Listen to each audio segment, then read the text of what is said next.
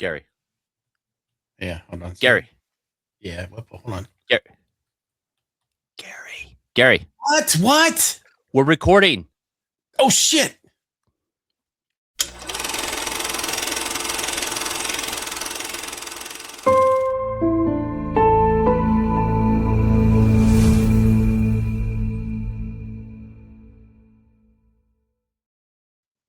This week, we slip on a pair of very suspicious sunglasses and see the world as it really is with They Live, the gloriously subversive sci-fi satire directed by John Carpenter and starring Roddy Piper, Keith David, and Meg. My ice blue eyes are staring into your soul, Foster. The story follows a drifter who discovers a pair of sunglasses that reveal a hidden truth. The world is secretly controlled by alien elites manipulating humanity through subliminal messages.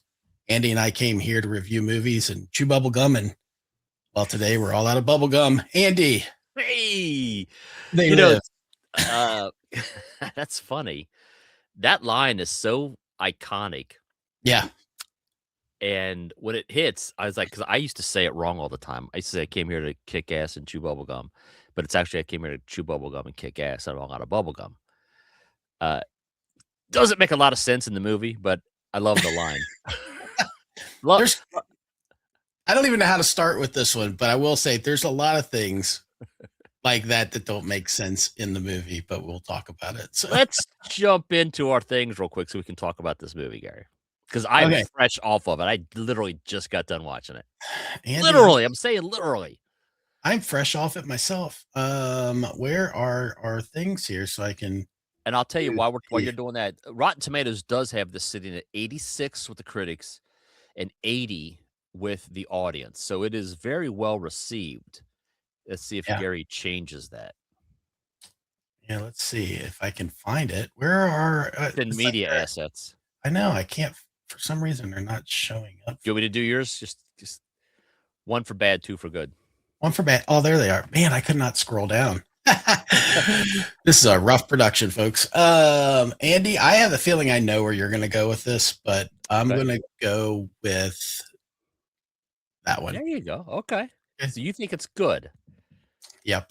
I have a feeling I know where you're going to go, but well, I'll say this. I'll go and throw a ranking up. This is where am I? I had to find the right one. Boom. That's right. Yeah, I figured you were going to pick that one. So I hit it at interesting, and we can dive into it. Interesting to me because this film, I teetered on good. I was hovering over good. This film has potential to be really good and could possibly be great. The idea is pretty cool. The film doesn't deliver it for me. And I've got notes on why it doesn't deliver it. So if you want to go with what you have to say about it real quick, and then I'll break it down. I think what I'd like to do then is I'd like to talk about the things that I didn't like about the movie. Yeah. As opposed to telling you all the reasons why I do like the movie. Okay. Because it's easier. I think there's a ton that you could say that's not great about this film. Right, and I'm not like I don't want to be nitpicky about it. Right. I think this film had great potential to be a much better film than it ended up being. And I hate that because I love John Carpenter. I love Roddy Piper.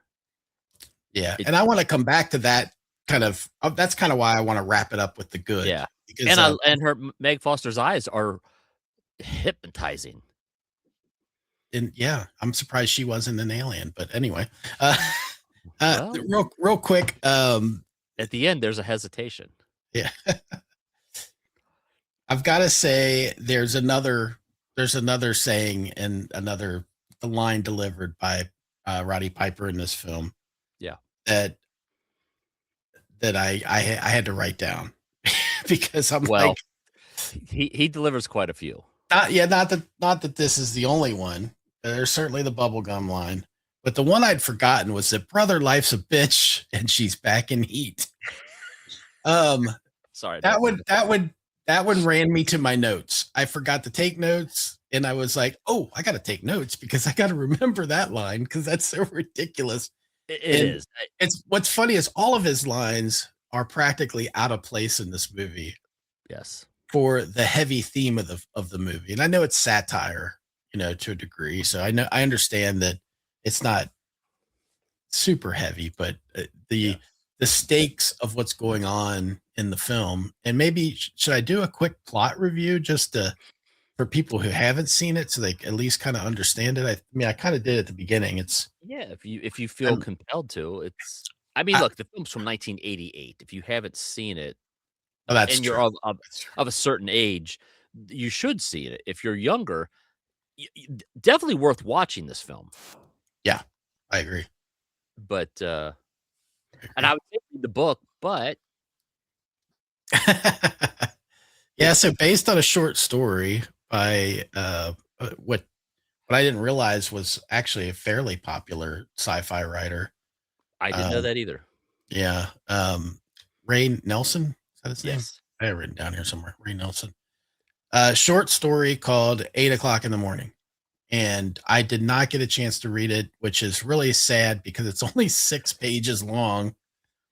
Um, I wanted to read it before doing this. I did not. Andy did get a chance to, so he can speak a little bit more to this. But I'll say this much. So, why my film rating dropped to interesting is because I was able to read the entire short story while watching the film. Because there was some slow moments where I was just like, not in the irritation of like, let's move. I just was like, okay. I mean, I think there was this film suffered from some scenes that drug out too long. mhm. Not as long as a Family Guy bit, but they were just like, okay, I got it, move on. And but having said, there's also things that move too fast in this film. Yes, that's that, and that's though both of those are part of the reason that I would not consider this a great film, even Yeah, though it's huge in the cult classics category. yeah, I mean, for a it's a reason. huge, and And it's get great. her. Sorry. I'm sorry. I meant I got away from the story. So reading the short story, it's All right. literally only 6 pages long. This film is based on this short story, but it's loosely based. The, Right. the concept of the aliens is from the short story, um, and the main character's name I think is from the short story. But other than that, it really it's it's different things. Again, the short story is an easy read. Literally, you can read it while sitting on the toilet or making your morning coffee, and it's not bad. It just and I like that someone had the foresight to see this and go, "Hey, I can make a movie out of this." However, Mm. I don't think they delivered the film, his idea. Well, I should say they didn't deliver. They did a good job. It's just they went a slightly different direction with it. Yeah. Yeah. Because the story Um, doesn't have a ending like this. well, you mentioned not not Family Guy long, but I have to disagree in the sense that the alleyway Well, fight. Uh, we'll say I have a note. I have one note that was like, okay, got it. I will say that is one of the best scenes in it and one of the most like out of place scenes in it because of how ridiculous the concept of the fight is basically put on these glasses which evolves into a fist fight which goes on ridiculously long. It's probably 10 minutes long and maybe Ends longer. up I don't being know. like a summer slam with Roddy I mean, Piper. and maybe that's why because I mean there are some wrestling moves and stuff in there which lends to that. I wish I don't know if I wrote down how long the actual fight scene was, but It was long, and that was my first note. I was like, this scene should have been cut way, but it's unnecessary. And the thing is, the genesis of the fight, it doesn't even make sense. right. All he asked him to do is put the sunglasses on, and the guy's like just loses his freaking mind over. I'm not putting them on, man. I want no part of this. It's like I just put the sunglasses. That's all I asked you to do, and they ended up Yeah. beating the living crap out of each other. Yeah. And healed relatively quickly. Well, and became friends, and Healed quickly. One of the there's some plot things in there that's a little interesting, and I also noticed that at the end they have like endless bullets in the guns that they're using. But sure. those are sort of my nitpicky things about the movie Yeah, because that's I'd every much rather action film. talk. Yeah, I'd much rather talk about the things that I actually really enjoyed about it. So, Andy, you can discuss all your nitpicking things because So that's the things that bothered me about why I didn't give it a good rating or even higher is that, and this is the pacing thing for me, that if you watch the film, Roddy Piper is he's down on his luck trying to find a job. He finds a job day one. He gets a job Guy helps him find a place to sleep for the night. And, I'm thinking, uh, I need more development of the character is what I wanted. And he goes from just walking into this homeless camp, gets good meal, to suddenly he's curious about the church across the street. Then he's into the church. Then he's discovers the secret. There's no explanation to any of the alien overlords. There's nothing. And I'm Yeah. like, this is day 2. Like, you went from just some guy, I just need a job, make some money so I can get something to eat, and now you're kicking ass and chewing bubble gum. And it's like, it moved a little fast for me. It becomes meddling, as I wrote down. Meddling. He goes Nice. from a guy needing a job to one of those meddling kids awfully quick. Right. Right. Yeah. And Uh, there's masks pulled off. So that fits. yeah, exactly. That's good. That's good there. And then I wrote the other thing, like the scenes that go a little too long. I forgot this one, and that the gunfight scene in the office building at the end. I Yeah. literally thought I was watching a live action version of the game Doom. Yeah. Now that's a throwback, kids. Yeah. You got to really dig deep to that one, but it's just basically corridor, guy jumps out, shoot, corridor, guy jumps out, shoot. I was like, Yeah. Yeah. this is Doom. This is That really was just part of Doom. that was part of the endless bullet scene. Yeah. Oh, I did forget one other thing that I meant to make a note of. The scene where they attend a meeting and now they're getting their contact lenses so they don't have to wear the glasses anymore. Yeah. In that meeting, the wall blows up and all these officers come in with guns and they just start unloading on the place. Yeah. But people are fleeing and there's people like, we better pack up these sunglasses. And I'm like, they would just mow down everybody. But they're not. It was just hilarious to me because I'm like, oh, let's hurry up and gather these up because they're shooting. Yeah, Like that and the so if you watch it was the end, nitpicky. I get it. with It's nitpicking. no, but when they talk about the reason, so when they meet the random guy in the convention center who just takes 2 strangers on a tour of the entire facility and shows them the secrets and peels back the curtain and everything. That is another note I had. The For recent for no reason recruit. whatsoever. He never The once says Yes, he's a recent recruit, and by the way, I have unfettered access. all to the access. entire Um, place. Yeah. when he's selling it as the cult, like, hey man, they're just here to everybody's gonna get rich, everybody's just here to make money and just have a good life. Then why the blatant disregard for human life when they kick in that wall and they just start waylaying people, just laying them to waste? It's like, just get them on board. Take the glasses, take the contact lenses, or I don't know. Maybe that's their answer.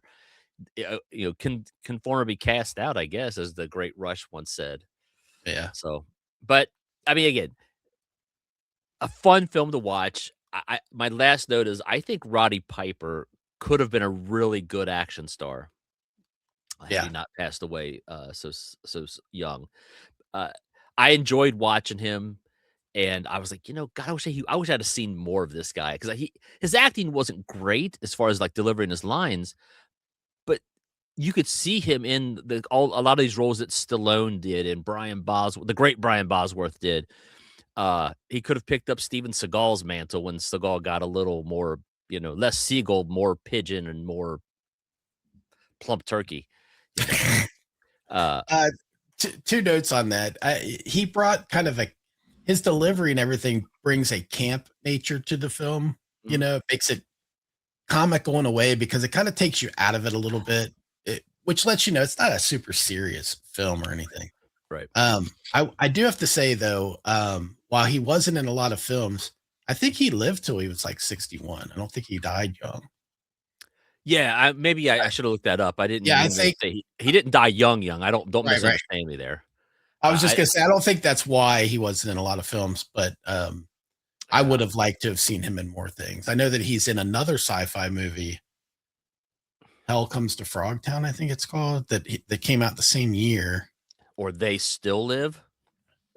They're living still. Hell Comes to Frogtown. Yeah, and I haven't seen that one, but I heard that one's pretty bizarre too. Now, I said all the nitpicky things, and there's definitely some things that you can tear apart about this movie, but I don't want to leave the impression that I didn't like it because I actually, while I can't give this a great rating, I actually love the movie, and Andy, that's hilarious. I'm looking up his career. Andy switched tabs. I didn't notice till just now. Um, he's got the weasel look or whatever we called it.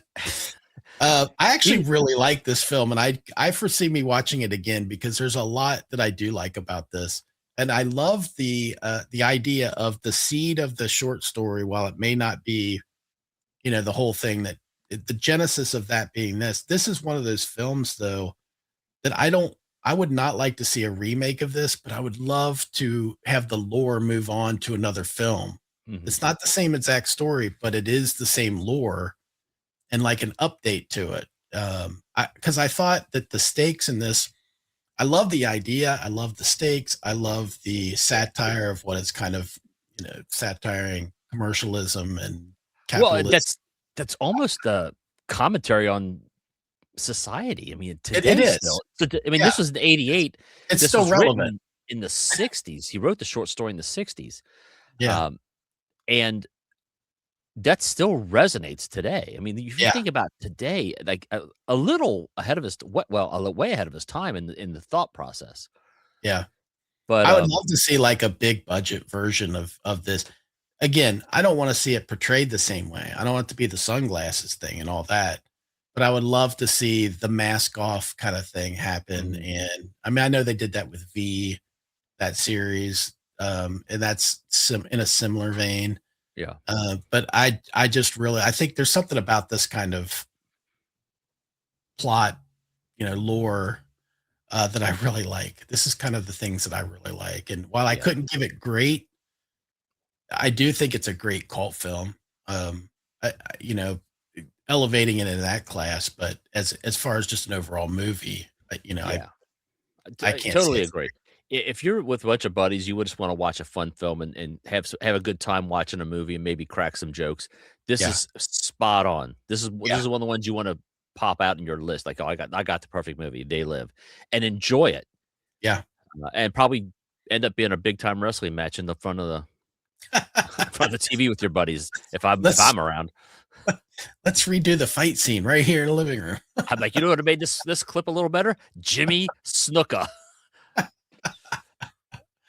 Well, I that's pretty much I wanted to end on a good note, but that's pretty much all I have for Well, notes. So and of course, you got this iconic poster that came from, the Obey. I can't get the whole thing in because I didn't know how to shrink the size, but, you've seen this poster everywhere. It's on bumper stickers, and it's the zombie kinda face with the word "Obey" at the bottom.